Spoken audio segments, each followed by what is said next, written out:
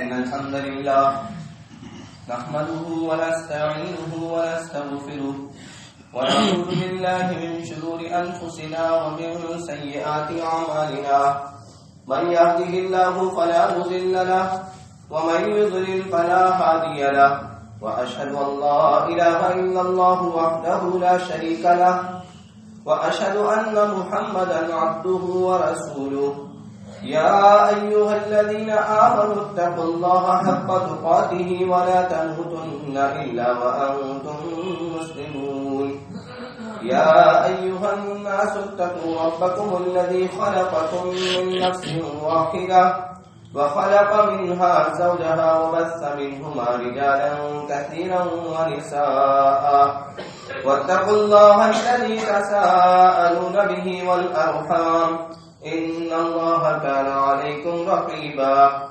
يا أيها الذين آمنوا اتقوا الله وقولوا قولا سديدا يصلح لكم أعمالكم ويغفر لكم ذنوبكم ومن يطع الله ورسوله فقد فاز فوزا عظيما وقال الله تبارك وتعالى في القرآن المجيد والفرقان الحميد أعوذ بالله من الشيطان الرجيم بسم الله الرحمن الرحيم كانوا قليلا من الليل ما يهجعون وبالأسحار هم يستغفرون وعن أبي هريرة رضي الله تعالى عنه قال قال رسول الله صلى الله عليه وسلم لم يبق من النبوة إلا المبشرات قالوا وما المبشرات يا رسول الله صلى الله عليه وسلم قال الرؤيا الصالحة رواه البخاري أو كما قال عليه الصلاة والتسليم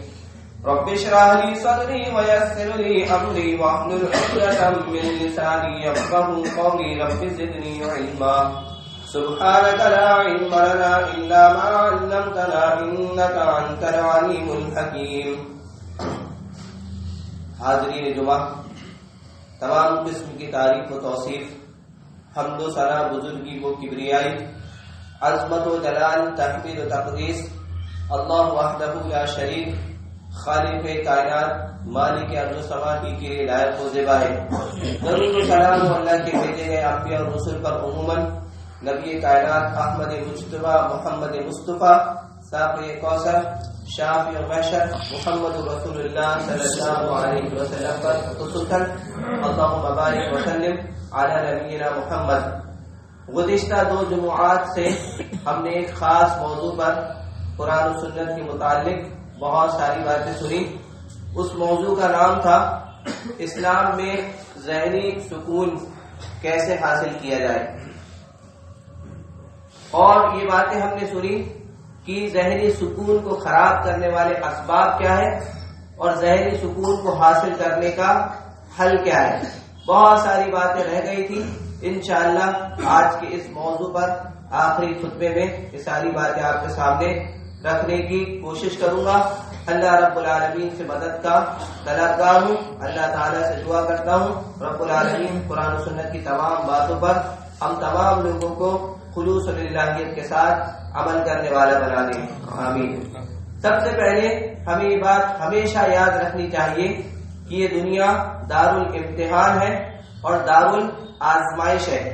اس دنیا میں کسی بھی انسان کو ابدی چین و سکون حاصل ہو ہی نہیں سکتا، اور خصوصاً مومن پر پے در پے آزمائشیں آتے رہے گی، کبھی مالی آزمائش تو کبھی جانی آزمائش، اور ان آزمائشوں میں ایک بڑی آزمائش ذہنی آزمائش ہے۔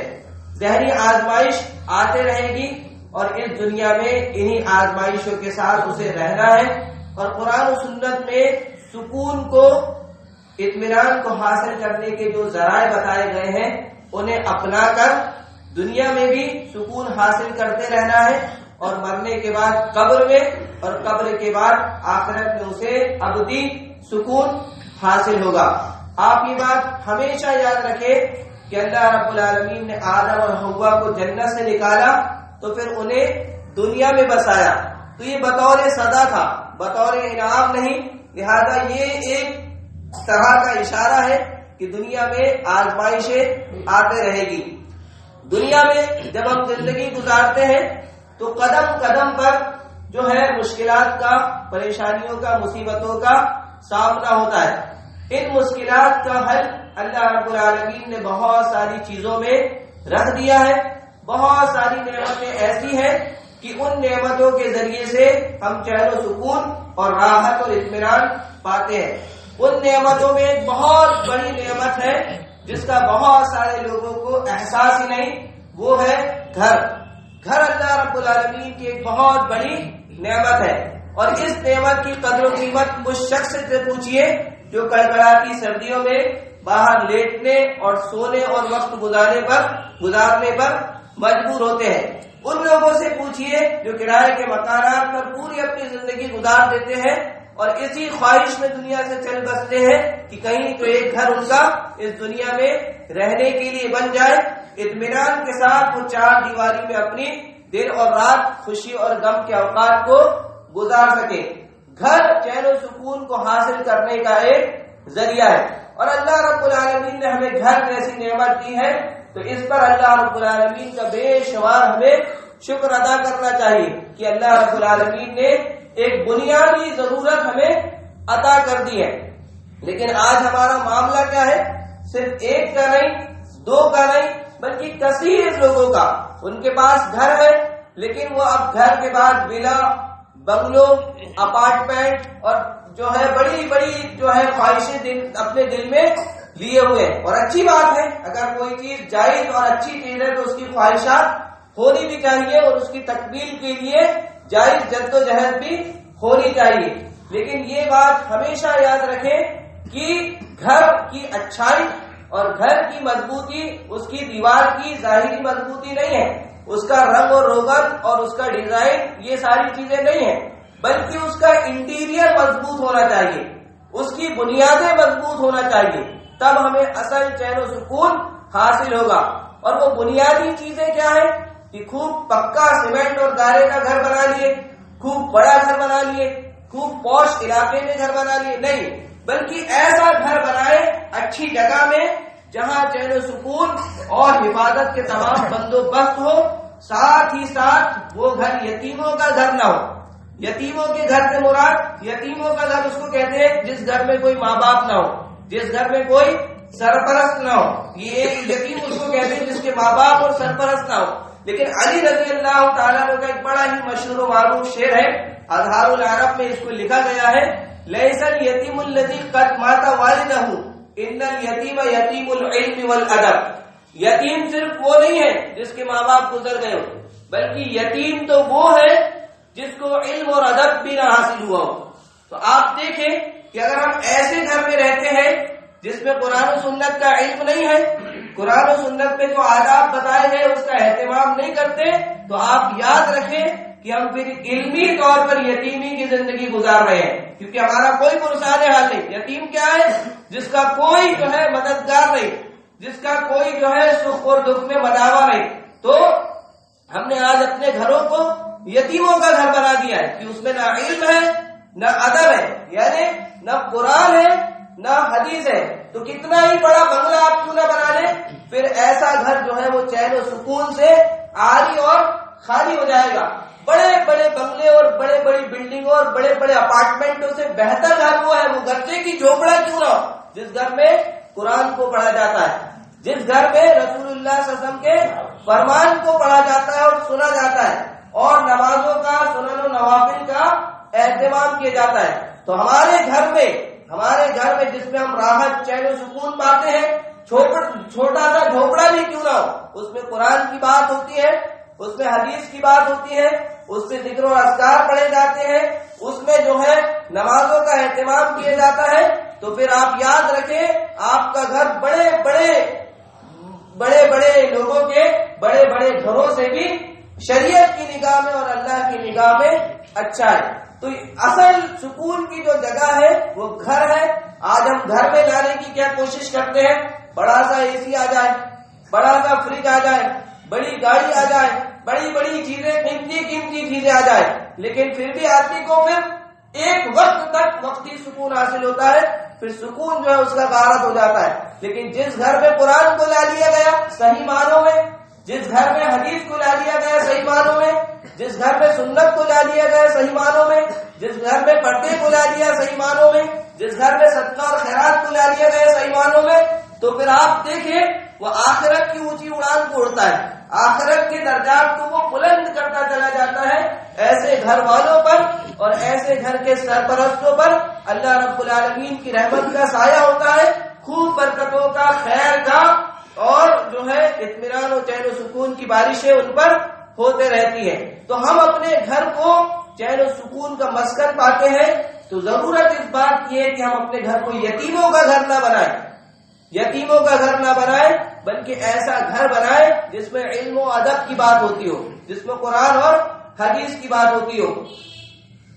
گھر میں سکون کا ایک ذریعہ انسان کا جوڑا ہے، گھر میں انسان کا جوڑا ہے، یعنی مرد ہے تو اس کے لیے سکون کا ذریعہ عورت ہے، اور عورت ہے تو اس کے لیے سکون کا ذریعہ مرد ہے۔ قرآن مجید میں جب بھی لفظ زوج کہا جاتا ہے یا لفظ ازواج کہا جاتا ہے یا ازواجہ کہا جاتا ہے تو اس کا مطلب ہوتا ہے جوڑا، یعنی لڑکی اگر بات کر رہی تو اس کے لیے شوہر، اور لڑکا اگر بات کر رہا ہے تو اس کے لیے بیوی۔ سورہ روم آیت نمبر 21 میں اللہ رب العالمین نے ارشاد فرمایا وَمِنْ آيَاتِهِ أَنْ خَلَقَ لَكُم مِّنْ أَنفُسِكُمْ أَزْوَاجًا، یہ اللہ تعالیٰ کے وجود کی نشانیوں میں سے ایک نشانی ہے کہ اللہ رب العالمین نے تمہیں میں سے تمہارے لیے جوڑے کو بنایا، یعنی لڑکی ہے تو اس کے لیے شوہر کو جوڑا اس کا بنایا، اور شوہر ہے تو اس کے لیے بیوی کو اس کا جوڑا بنایا۔ کیوں بنایا؟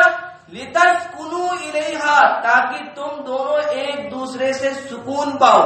دیکھیے قرآن میں لِتَسْكُنُوا إِلَيْهَا کہا گیا ہے، یعنی جسمانی سکون بھی پاؤ اور فزیکلی سکون بھی پاؤ اور ذہنی سکون بھی پاؤ۔ اسی لیے آپ دیکھیں سائیکیٹرسٹ کہتے ہیں کہ اگر کسی شخص کی شادی نہیں ہوئی ہے، بہت زیادہ پریشان وہ رہتا ہے، تو ایسے شخص کو چاہیے کہ وہ شادی کر لے، لیکن اب شادی ہو جاتی ہے پھر اور زیادہ پریشان ہو جاتا ہے، تو ایسی صورت میں کیا کرے؟ اس کا بھی حل قرآن مجید میں بتایا گیا کہ تم سکون پاؤ۔ وَجَعَلَ بَيْنَكُم مَّوَدَّةً وَرَحْمَةً، اور اللہ رب العالمین نے جوڑے کے لیے مودت اور رحمت رکھ دی ہے۔ مودت یعنی جسمانی محبت، اور رحمت یعنی آپسی جو الفت اور شفقت ہے وہ رکھ دی ہے۔ إِنَّ فِي ذَلِكَ لَآيَاتٍ لِقَوْمٍ يَتَفَكَّرُونَ، اور یہ جو غور و فکر کرنے والے لوگ ہیں ان کے لیے اس میں بہت ہی زیادہ نشانیاں اور نصیحتیں ہیں۔ آج اسلام کے ماننے والوں کا گھریلو نظام جو ہے بگڑ چکا ہے، لیکن آپ دیکھیں شریعت کی تعلیمات جو ہے وہ گھریلو نظام کو سب سے زیادہ بہتر، پاکیزہ اور مصفہ بنانے کی تعلیم ہمیں دیتی ہے۔ تو کیا وجہ ہے کہ ہمارے گھروں سے چین و سکون جو ہے غارت ہو گیا ہے؟ کبھی ساس بہو کی لڑائی، کبھی شوہر بیوی کی لڑائی، تو کبھی بھائیوں کی لڑائی، کبھی کسی کی لڑائی، کبھی کسی کی لڑائی۔ ہر گھر کی کہانی ہے اور ہر گھر کی کہانی ہے۔ تو اس کی وجہ اور اصل اسباب کیا ہے؟ اس کے اسباب یہ ہے کہ پہلے جب ہم نکاح کے لیے لڑکے والے لڑکی کا انتخاب کریں تو دینداری کو ترجیح دیں، اور لڑکی والے لڑکے کا انتخاب کریں تو اس کی بڑی بلڈنگ، بڑے نوکری، بڑے بینک بیلنس اس کو نہ دیکھیں، بلکہ لڑکے کی دینداری کو دیکھیں، کیونکہ حاصل جو ہے وہ اصل دینداری سے ہی سکون حاصل ہوگا۔ خوبصورتی سے چین و سکون حاصل نہیں ہوگا، مال و دولت سے چین و سکون حاصل نہیں ہوگا، بڑے خاندان سے بھی چین و سکون حاصل نہیں ہوگا۔ یہ ساری چیزیں مل جائے تو اور اچھی بات ہے، نور علی نور، لیکن اصل جو چیز ہمیں ہمیشہ دیکھنی ہے وہ یہ ہے کہ ہم دینداری کو ترجیح دیں۔ جو شخص دینداری کو لے کر چلا ایسا شخص کامیاب ہوا۔ آپ دیکھیں عبداللہ ابن مبارک رحمۃ اللہ علیہ کہتے ہیں کہ اللہ کے نبی صلی اللہ علیہ وسلم نے جب یہ چار بتایا کہ مالداری کی وجہ سے شادی کی جاتی ہے، تو اس زمانے میں یہودی مالداری کو دیکھ کر شادی کیا کرتے تھے، اور خوبصورتی دیکھ کر شادی کیا کرتے، تو اس زمانے میں عیسائی جو ہے خوبصورتی کو دیکھ کر شادی کیا کرتے تھے۔ خاندان اور حسب و نسب کو دیکھ کر شادی کی جاتی تھی، تو اس زمانے میں مشرکین مکہ خاندان کو زیادہ ترجیح دیتے تھے۔ مسلمان قوم آئی، اللہ اور اس کے رسول کی فرمان کو بات ماننے والی قوم آئی، تو ان کو کہا گیا کہ تم دینداری کو پہلی ترجیح دو۔ یہ ساری چیزیں مل جائے تو یہ تو بہت اچھی بات ہے، لیکن دینداری کو ترجیح دو۔ اور پھر جب شادی ہو جائے تو اس کے بعد مسلسل دعائیں کرتے رہو۔ آپ دیکھیں ایک آدمی جب پریشان ہوتا ہے یا اپنی دل کی بات یا بھڑاس نکال نہیں پاتا ہے تو کوئی تو بھی اس کو چاہیے کہ کس کے پاس میں بولوں کہ میں اپنا فرسٹریشن جو ہے نکالوں، اپنے دل اور دماغ اور اپنے بدن کو ہلکا کروں. تو کیا ہے، ہم کس کے سامنے روئے؟ ہمیں رونا چاہیے اللہ رب العالمین کے سامنے. صحابہ یہی کیا کرتے تھے. حضرت یعقوب علیہ السلام نے کیا کہا؟ انما اشکو بثی و حزنی الی اللہ. اب بیٹوں کے تعلق سے کچھ معاملات کھڑے ہو گئے کہ کچھ بھائی جو ہے یوسف کو پسند نہیں کرتے تھے اور بیٹے کو جو ہے جدا کر دیا، تو انہوں نے کیا کہا کہ میں اپنی شکایتیں، پریشانیاں اور مصیبتیں صرف اور صرف اللہ تعالیٰ ہی کے سامنے بیان کرتا ہوں. ہم دیکھیں قرآن مجید میں اللہ رب العالمین نے دعائیں سکھائی. سورہ فرقان کی آخری رکوع میں دعا ہے، اور اس پوری آخری رکوع میں اللہ رب العالمین نے رحمان کے بندوں کی نشانی بتائی ہے. مفسرین نے کہا کہ یہ جو آخری کی 10-12 آیتیں ہیں، اس میں نیک انسان کی، مومنین کی صفت بتا دی گئی کہ اگر یہ صفت ساری ہمارے اندر پیدا ہو گئی تو پھر ہم نیک ہیں. تو اس میں کیا ہے؟ والذین یقولون، کہ وہ لوگ کہتے ہیں ربنا هب لنا من ازواجنا وذریاتنا قرۃ اعین، اے اللہ تو ہمارے جوڑے کو اور ہماری اولاد کو، نسلوں کو ہمارے لیے آنکھوں کی ٹھنڈک بنا. وجعلنا للمتقین اماما، اور ہمیں تو متقیوں کا امام بنا. جس کو آنکھوں کی ٹھنڈک نصیب ہو گئی گویا اس کو حقیقی چین و سکون اور آرام نصیب ہو گیا. اسی لیے اللہ کے نبی صلی اللہ علیہ وسلم کہا کرتے تھے جعلت قرۃ عین فی الصلاۃ، کہ نماز میری آنکھوں کی ٹھنڈک ہے. نماز میری آنکھوں کی ٹھنڈک ہے. فرض نماز ہے تو اللہ کے نبی صلی اللہ علیہ وسلم مصلی پر آ کے صحابہ کو پڑھایا ہی کرتے تھے، لیکن اللہ کے نبی صلی اللہ علیہ وسلم کی تعلیم تھی کہ تم نفل نمازیں، جو سنت نمازیں، سنن رواتب اور غیر رواتب، اس کا جو ہے اہتمام گھر پہ کیا کرو. گھر پہ عورتیں بھی کرتی ہیں، لیکن بسا اوقات عورتوں کے الگ مسائل ہیں، کبھی ان کو نماز پڑھنا رہتا ہے اور کبھی نہیں پڑھنا رہتا ہے. لہذا نماز کا جو ہے سلسلہ گھروں میں ٹوٹنا نہیں چاہیے. صحابہ اکرام کے بارے میں تو یہ تک لکھا ہے کہ انہوں نے باری بات دیے تھے کہ اول رات میں آپ عبادت کرنا، اور پھر درمیانی رات میں بچے عبادت کریں گے، اور پھر اس کے بعد تھوڑی رات اور ڈھلیں گی تو بیوی عبادت کرے گی، اور آخر میں جو ہے سب کے سب مل کر تہجد کا اہتمام کیا کریں گے. تو اس طرح سے صحابہ اکرام کا معمول تھا، تب جا کے خیر و سکون اور اطمینان انہیں حاصل ہوا کرتا تھا. تو آپ دیکھیں اللہ رب العالمین نے نماز میں بھی آنکھوں کی ٹھنڈک رکھی ہے. اللہ رب العالمین نے چین و سکون کے جو ذریعے بنائے ہیں، اس میں ایک چیز کیا ہے؟ ہم لوگوں کی مدد کرنا سیکھیں. خصوصاً جو ہم سے رشتہ داری میں جتنے زیادہ قریب ہیں، ان کی ہم اخلاص و للہیت کے ساتھ جتنی زیادہ مدد کریں گے، اللہ رب العالمین کی مدد اور نصرت و تائید ایسے شخص کو اتنی ہی زیادہ حاصل ہوگی. اور جو ہم دوسروں کو دیں گے وہی ہم کو حاصل ہوگا. لوگوں کو ہم راحت، چین و سکون عطا کریں گے تو اللہ رب العالمین ہمیں راحت، چین و سکون عطا کرے گا. لوگوں کے لیے ہم سردرد بنیں گے، پریشانی کا سبب بنیں گے، ان کی مصیبتیں بڑھائیں گے تو اللہ رب العالمین ہماری پریشانی اور چین و سکون اور مصیبتیں بڑھائے گا. اسی لیے ایک اصولی قاعدہ ہے واللہ فی عون العبد ما کان العبد فی عون اخیہ. اللہ رب العالمین مسلسل بندے کی مدد میں لگا رہتا ہے، بندہ جب تک اپنے بھائی کی مدد میں لگا رہتا ہے. ایک صحابی اللہ کے نبی صلی اللہ علیہ وسلم کے پاس آئے، شکایت کہ اللہ کے نبی صلی اللہ علیہ وسلم میرا دل جو ہے بڑا سخت ہے. اب انسان ہی ہے، مٹی کا بنا ہوا انسان ہے، لیکن اب دل سخت ہو گیا. دل جب سخت ہو جاتا ہے تو آنکھوں سے پھر آنسو نہیں نکلتے ہیں. اچھی بات بھی بری لگنے لگتی ہے، اچھی چیزیں بھی اس میں چین و سکون دکھائی نہیں دیتا ہے. تو دل کا سخت ہونا ایک بہت ہی بڑی زحمت ہے، اور دلوں کا نرم ہونا اللہ رب العالمین کی رحمت ہے. لہذا ہم اپنے آپ کو جانچے. دل اگر نرم ہے تو پھر توبہ کی توفیق حاصل ہو جائے گی، اپنے گناہوں پر ندامت حاصل ہو جائے گی، اور آدمی اپنے دل کا، اپنے ذہن کا بوجھ ہلکا کر لے گا. لیکن اگر دل سخت ہے تو پھر لوگوں کے لیے اور خود اپنے لیے بھی وہ پریشانی اور مصیبت کا سبب بنے گا. تو صحابہ آئے اور شکایت کی کہ قسوۃ قلبی، اللہ کے نبی صلی اللہ علیہ وسلم میرا دل بڑا سخت ہو گیا، کیا کروں؟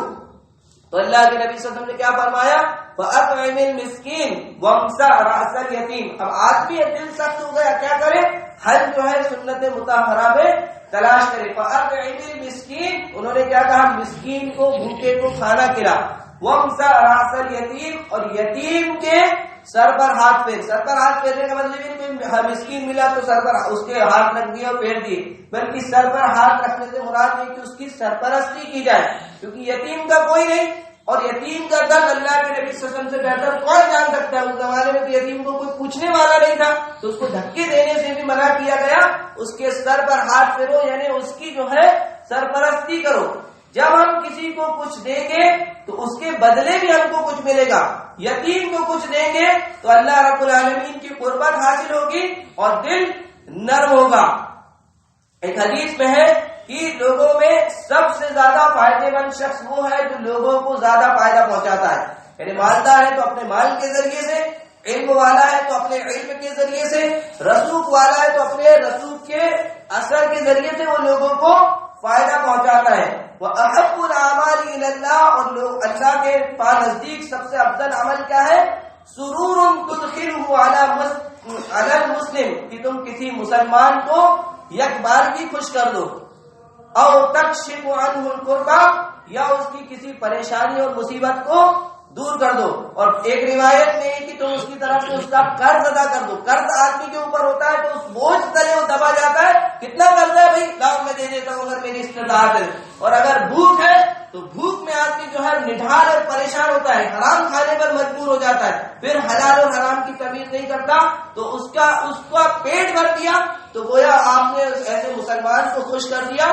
تو یہ اللہ رب العالمین کی جانب سے سب سے بڑے اعمال میں اس کو شمار کیا گیا ہے. بعض دفعہ آدمی پہلے سوچتا ہے کہ میں لے لوں، لیکن جو دینے کی لیگیسی ہے اور دینے کی سپریمیسی وہ بعد میں آدمی کو پتہ چلتی ہے. وہ جب دیتا ہے سامنے والے سے وہ دعا لے لیتا ہے، بعد میں اس کو پتہ چلتا ہے کہ میں نے تو کم دیا لیکن دعائیں زیادہ لے لیا. اور جو دل کو سکون ملتا ہے اس کا تو کوئی کہنا ہی نہیں، اس کی تو کوئی قیمت ہی نہیں.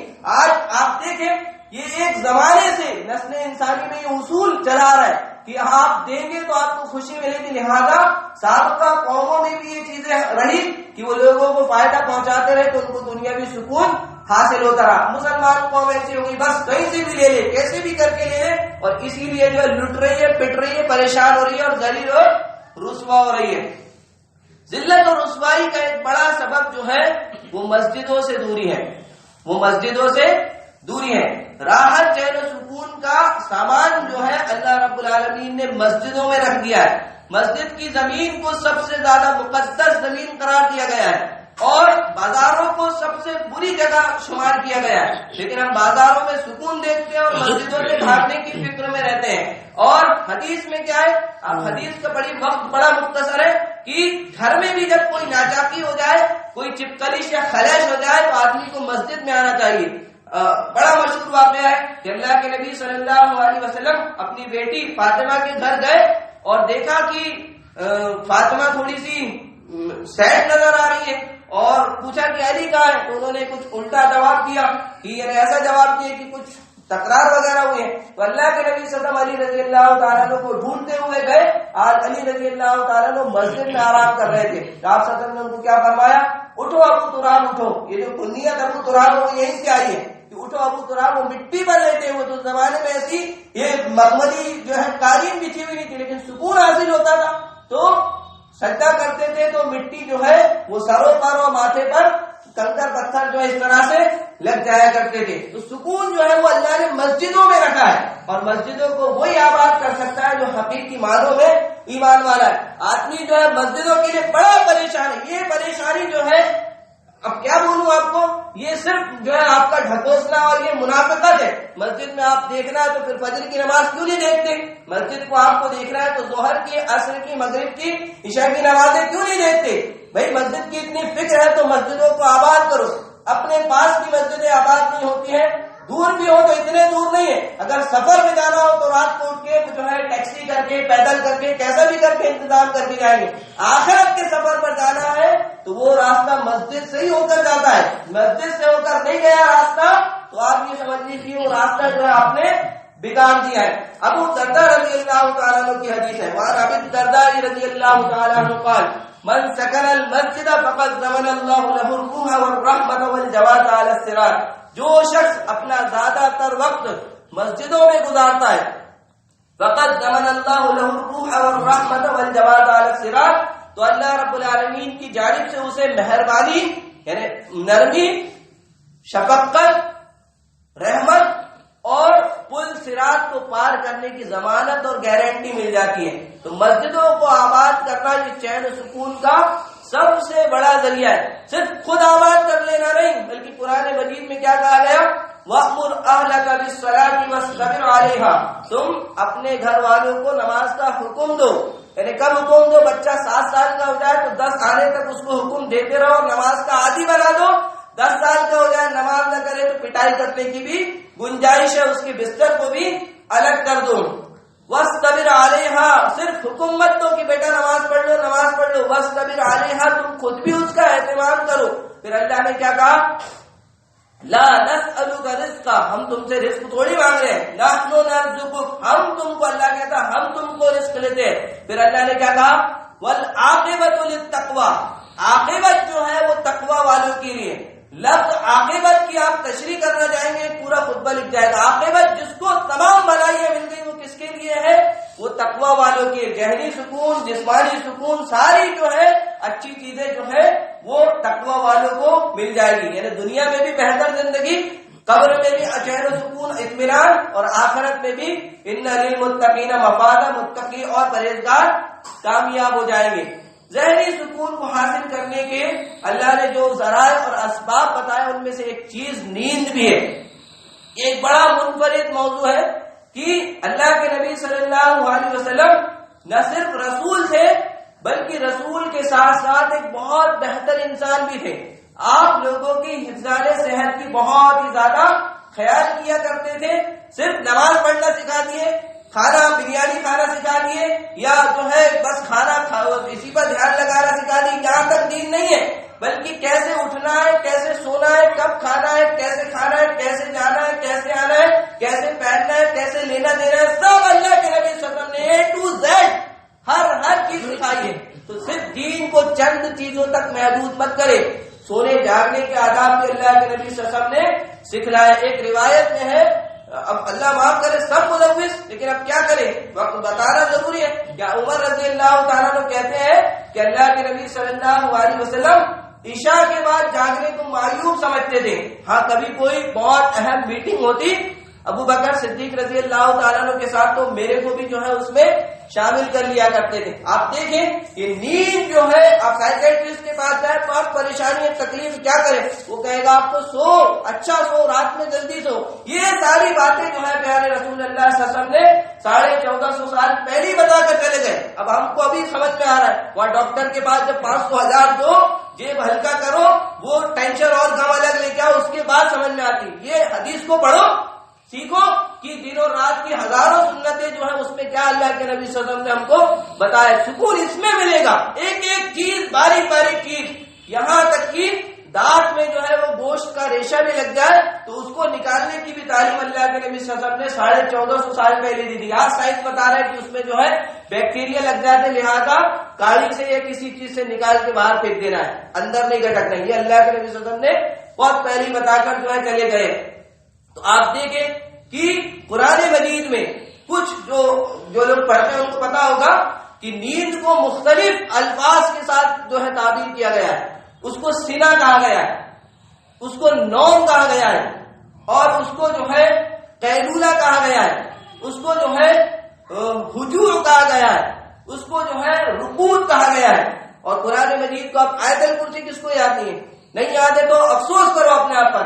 سورہ بقرہ آیت نمبر 255، اللہ لا الہ الا هو الحی القیوم لا تأخذہ سنۃ ولا نوم، کہ نہ اللہ کو جھپکی آتی ہے، اونگ آتی ہے، اور نہ ہی نیند آتی ہے. تو اللہ کی صفات کامل ہے. اللہ کو جو ابتدائی نیند ہے نا اس کو سینا کہا جاتا ہے، اور اسی طرح سے نوم گہری نیند کو کہا جاتا ہے. اسی طریقے سے آدمی جب آدھی رات کو اٹھتا ہے یعنی ادھورے میں نیند اس کی ٹوٹ جاتی ہے، اس کو ہجوع کہا گیا ہے. اسی لیے قرآن میں کہا گیا کانوا قلیلا من اللیل ما یہجعون وبالاسحار هم یستغفرون. ایمان والے اللہ کے نیک بندے کی نشانی کیا ہے؟ رات کو اپنی آدھی نیند کو توڑ کر بھی وہ تہجد کا اور استغفار کا اہتمام کیا کرنے لگتا ہے. اب ہم سے جو ہے 6 بجے فجر ہو رہی ہے تو وہ اس میں بھی پوری نیند نہیں ہو رہی، تو کس کی غلطی ہے؟ کہ کون اس کی ذمہ داری لے گا؟ کون اس کا جواب دے گا کہ مسجدیں خالی ہیں اور کب اس کو جو ہے ویران اور جو ہے اس پر قبضہ کر لیا جائے؟ تو بس رونا سب کو آتا ہے، پریشانی مصیبت سب بتاتے ہیں، حل کیا ہے حل بتا رہے تو کوئی سننے کو تیار نہیں. یہ صرف ایک مسجد کا ایک گھر کا نہیں ہے، سبھی جگہ کا یہی حال ہے. تو آپ دیکھیں رکوع رجوع کہا گیا اور رکوع کہا گیا گہری نیند کو، لمبی نیند کو، جو آج امت سوئی ہے. سورہ کہف آپ پڑھیے وَتَحْسَبُهُمْ أَيْقَاظًا وَهُمْ رُقُودٌ، یعنی آپ ان کو سوچ رہے ہیں کہ وہ جاگے ہوئے، ارے یہ تو سوئے ہوئے ہیں. یعنی یہ جو اصحاب کہف لمبی مدت تک سوئے ہوئے تو ان کے بارے میں کیا کہا کہ غار کے سامنے کتا تھا اور اندر سوئے رہتے تھے، جو ہے رکوع کروٹ پلٹتے رہتے تھے. تو قرآن نے کیا الفاظ ان کے لیے کیے؟ وَتَحْسَبُهُمْ أَيْقَاظًا وَهُمْ رُقُودٌ، آپ ان کو سمجھ رہے ہیں کہ یہ سوئے ہوئے، ارے یہ تو بہت لمبی گہری سالوں کی نیند میں سو گئے. آج یہی حال امت کا ہے، ہم سمجھ رہے ہیں کہ ہم کو جاگ گئے. ارے نماز کے لیے نیند نہیں کھل رہی کہ مؤذن اس میں کہہ رہا الصلاۃ خیر من النوم، نماز نیند سے بہتر ہے. آپ دیکھیں چینی سکون کو حاصل کرنے کا ایک ذریعہ قیلولہ بھی ہے. یکسر اہل علم نے لکھا کہ جن سنتوں کو سرے سے ترک کر دیا گیا اس میں کیا چیز ہے؟ اس میں جو ہے وہ قیلولہ کی سنت ہے. اللہ کے نبی صلی اللہ علیہ وسلم کی حدیث ہے صحیح الجامع کی کہ تم قیلولہ کیا کرو. قیلولہ سے مراد ظہر کے بعد جب ہم کھانا کھائے تو اس کھانے کے بعد کم سے کم 10-15-20 منٹ جو ہے سیدھے کروٹ پر ہم لیٹ لیا کریں. یہ قیلولہ کی سنت ہے اللہ کے نبی صلی اللہ علیہ وسلم نے. چین و جاپان نے جو ترقی کی اس ترقی کا جو راز ہے ان کے ماہرین نے کیا بتایا کہ جب سے قیلولہ کی حدیثیں ہم نے سنی پڑھی اس پر عمل کیا تو ہم کو فوراً یک بار کی جو ہے 30% جو ہے ہمارے کاموں میں انکریز دیکھنے کو ملا. تو حدیث میں کہا گیا کہ تم قیلولہ کیا کرو. کیوں قیلولہ کیا کرو؟ اس لیے کہ شیاطین قیلولہ نہیں کرتے ہیں. شیاطین قیلولہ نہیں کرتے ہیں. ہم سوتے ہیں، سونے کے آداب یہ ہے کہ رات میں جلدی سوئے اور تہجد میں اٹھ جائے، یہ سب سے بیسٹ طریقہ ہے. پھر فجر میں چھوٹنے کا کوئی سوال ہی نہیں، اور فجر کے بعد سوئے نا، کیونکہ حدیث میں ہے اللہم بارک لامتی فی بکورہا، اللہ میری امت کی صبح کے اوقات میں تو برکت عطا فرما دینا. تو اللہ کے نبی صلی اللہ علیہ وسلم نے دعا کی ہے. اب جو صبح اٹھے گا وہ نماز پڑھے گا، تلاوت کرے گا، صدقہ اور خیرات کرے گا، اپنے کام دھندے سے لگے گا. صبح کے کام کرنے والوں کو آپ دیکھیں 10-12 بجے تک فری، رزق بھی آ گیا، اب سارا دن جو ہے فری. لیکن ایک آدمی جو سویا پڑا تھا شیطان نے اس کے کان میں پیشاب کر دیا، دن بھر پریشان رہتا ہے. حدیث میں کہا گیا وَإِلَّا فَأَصْبَحَ نَشِيطًا طَيِّبَ النَّفْسِ، صحیح بخاری حدیث نمبر 1142 کتاب التہجد، کہ جو شخص صبح اٹھتا ہے نماز پڑھ لیتا ہے تو اٹھتا ہے تو اچھا چاق و چوبند ہوتا ہے، اس کا موڈ فریش ہوتا ہے، طیب النفس اچھی نفس والا ہوتا ہے. وَإِلَّا أَصْبَحَ خَبِيثَ النَّفْسِ خَصْلَانِ، لیکن صبح اٹھتا نہیں ہے تو پھر کیا ہوتا ہے؟ خبیث النفس، بری نفس والا ہو جاتا ہے. خبیث کسی کو بولنے تو کتنا برا لگ جائے، لڑائی جھگڑے ہو جائے. لیکن حدیث میں کہا گیا کہ نہیں اٹھا خبیث النفس کسلان، سست ہو جاتا ہے. جو آدمی سست ہو رہتا ہے پھر اس کو جو ہے برکتیں نہیں آتی، ایسے شخص کو محرومیت اور لعنت آتی ہے. نیند جب آدمی لیتا ہے اچھی تو اللہ رب العالمین اچھی نیند لیتا ہے تو اللہ رب العالمین اسے اچھے خواب بھی دکھاتا ہے. صحیح بخاری کی حدیث 6990 نمبر کی، ابو ہریرہ رضی اللہ تعالیٰ عنہ اس حدیث کے راوی آپ صلی اللہ علیہ وسلم نے فرمایا لم یبق من النبوۃ الا المبشرات قالوا وما المبشرات یا رسول اللہ صلی اللہ علیہ وسلم قال الرؤیا الصالحہ، کہ اللہ کے نبی صلی اللہ علیہ وسلم نے بتایا نبوت کے حصوں میں سے اب صرف مبشرات باقی رہ گئے. تو صحابہ نے پوچھا اللہ کے نبی صلی اللہ علیہ وسلم یہ مبشرات کیا ہے؟ تو اللہ کے نبی صلی اللہ علیہ وسلم نے فرمایا اچھا خواب. اچھا خواب کب آئے گا؟ جب ہم اچھی نیند لیں گے.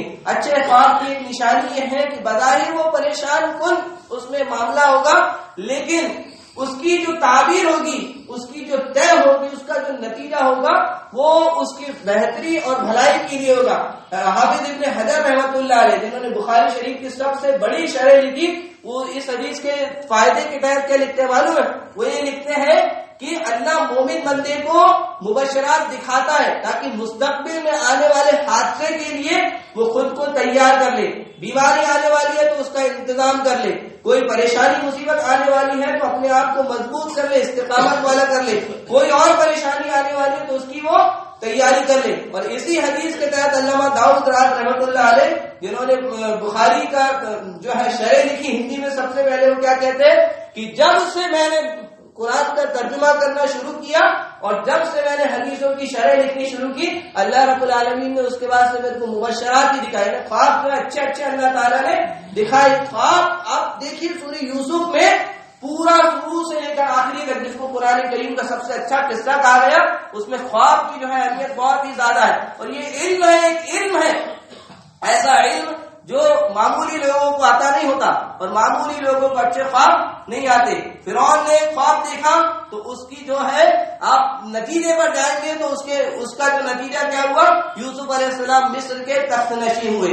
اور وہ جو دو قیدی تھے انہوں نے خواب دیکھا تو وہ جو ہے وہ خواب جو یوسف علیہ السلام کو جیل سے نکالنے کا سبب بنا. اب سو ہی نہیں رہے اچھے سے, اور سو رہے ہیں تو جاگتی آنکھوں سے سو رہے ہیں, تو کہاں سے ذہن سکون ہم کو حاصل ہوگا. تو کچھ اہم باتیں میں نے آپ کے سامنے بیان کر دی, اس کے اسباب اور حل بیان کر دی. اللہ تعالیٰ سے دعا کرتا ہوں رب العالمین ہر طرح کی ذہنی آزمائش سے, پریشانی سے, مصیبت سے ہماری حفاظت فرما. رب العالمین قرآن و سنت کا عالم, قاری, حافظ, دائی اور مبلغ بنا. رب العالمین دنیا اور آخرت کی تمام نعمتوں سے ہم مالامال فرما. ہماری جان کی, مال کی, اولاد کی, اولاد کی حفاظت فرما. رب العالمین مساجد کو آباد کرنے والا بنا. جو بیمار حال میں شفا کاملہ عاجلہ عطا فرما. جو مقبوض ہے قرض کے بوجھ سے نجات دلا دے. الہ العالمین رزق میں خوب خیر و برکت عطا فرما. ہر طرح کی گناہ کے کاموں سے ہماری حفاظت فرما. رب العالمین خلوت اور جلوت میں, انفرادیت اور اجتماعیت میں جو بھی گناہ ہو الہ العالمین انہیں معاف فرما, اور ان گناہوں کو نیکیوں پر بدلنے پر قادر ہے. رب العالمین انہیں نیکیوں سے بدل دے. الہ العالمین جو جیلوں میں قید و بند کی صحبتوں کو دے رہے, الہ العالمین ان کے نکلنے کے راستے کو آسان بنا. الہ العالمین حاکم کے ظلم سے, ظالم کے ظلم سے, شریروں کے شر سے, حاسدوں کے حسد سے ہماری حفاظت فرما. رب العالمین ہماری زندگی میں خوب خیر و برکت عطا فرما. ہر طرح کی بیماریوں سے, آفات سے, بلاؤں سے, مصیبت سے ہماری جماعت کی, ہمارے لوگوں کی حفاظت فرما. رب العالمین جب تک اس دنیا میں رکھ حالت ایمان پر رکھ, جب ہمارا خاتمہ فرما حالت ایمان پر فرما. اقول قولی ھذا استغفر اللہ ولسائر المسلمین فاستغفروہ انہ غفور رحیم. انہ تعالی جواد کریم وملک رؤوف رحیم.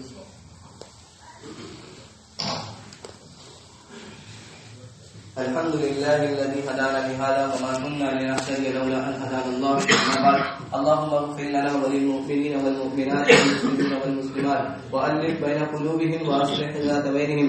اللهم انصر على المؤمنين. ربنا تقبل منا انك انت السميع العليم وتب علينا انك انت التواب الرحيم. سبحان ربك رب العزه عما يصفون وسلام على المرسلين والحمد لله رب العالمين.